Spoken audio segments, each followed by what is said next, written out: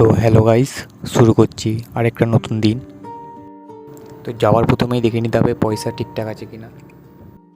তো আজকে আমি আমার পক্ষীরাজ ঘোড়ায় যাব চেপে।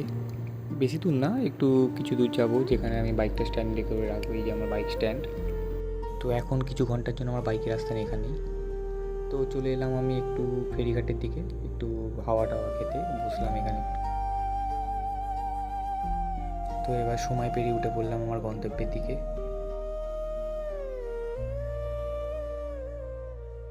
তো আজকে যেহেতু বলেছিলাম ফেরিঘাটের থেকেই আমাকে পিক আপ নিতে, তো আমার গাড়ি যথারীতি ফেরিঘাটের কাছে এসে গেছে আমাকে নিতে। তো যথারীতি এই গরমের মধ্যে আমি একটু এসির ভিতরে ঢুকলাম। তো বাইরের গরমের মধ্যে আমি ভিতরে এসির হাওয়া খেতে খেতে চললাম আমার গন্তব্যের পথে, মানে আমার অফিসের পথে।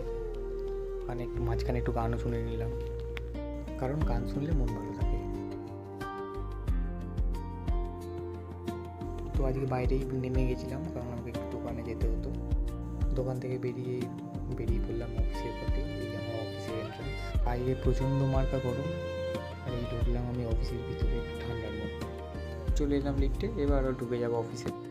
এসেই কাজে বসে পড়লাম একটু, অনেকক্ষণ আজকে একটু কাজ করে নিলাম। তো অনেকক্ষণ কাজ করার পর বাইরে বেরোলাম একটু আমরা ব্রেক নিয়ে। তো বাইরে অতটা এখন গরমের তেজ ছিল না, কারণ সূর্যটা নেমে গেছিলো, সন্ধে হতে যাচ্ছিলো। ব্রেকে বেরিয়ে আজকে আমরা একটু ক্লাব কচুরি খেলাম এই দোকানটা থেকে। সেটা আমি একটা জুস খেয়ে নিলাম। আমি বসে বাকিদের ওয়েট করতে লাগলাম। ব্রেক শেষ হয়ে চলে এলাম আমরা আবার অফিসের মধ্যে।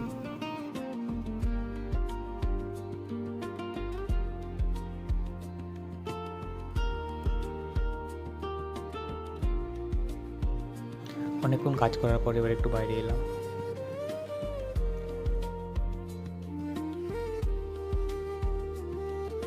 কাজ বাজ শেষ করে আবার চলে এলাম অফিসে, আবার ডিসকাস করলাম কাজে।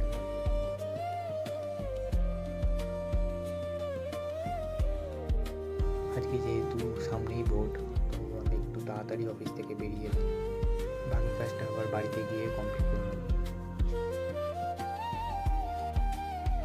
তো চলে এলাম আবার নিচের বেসমেন্টে। তো গাড়িতে এসে বসে পড়লাম। চলে এলাম আমার গন্তব্যের দিকে, মানে আমার বাড়ির দিকে।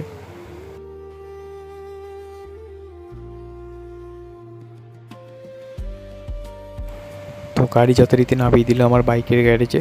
তো এই যে আমার পক্ষীরাজ স্টার্ট করে নিলাম, চলে গেলাম আমার বাড়ির দিকে। তো এসে গেলাম বাড়ির রাস্তার সামনে। তো আজকের মতো এতটাই, আবার দেখা হচ্ছে কালকে, টাটা।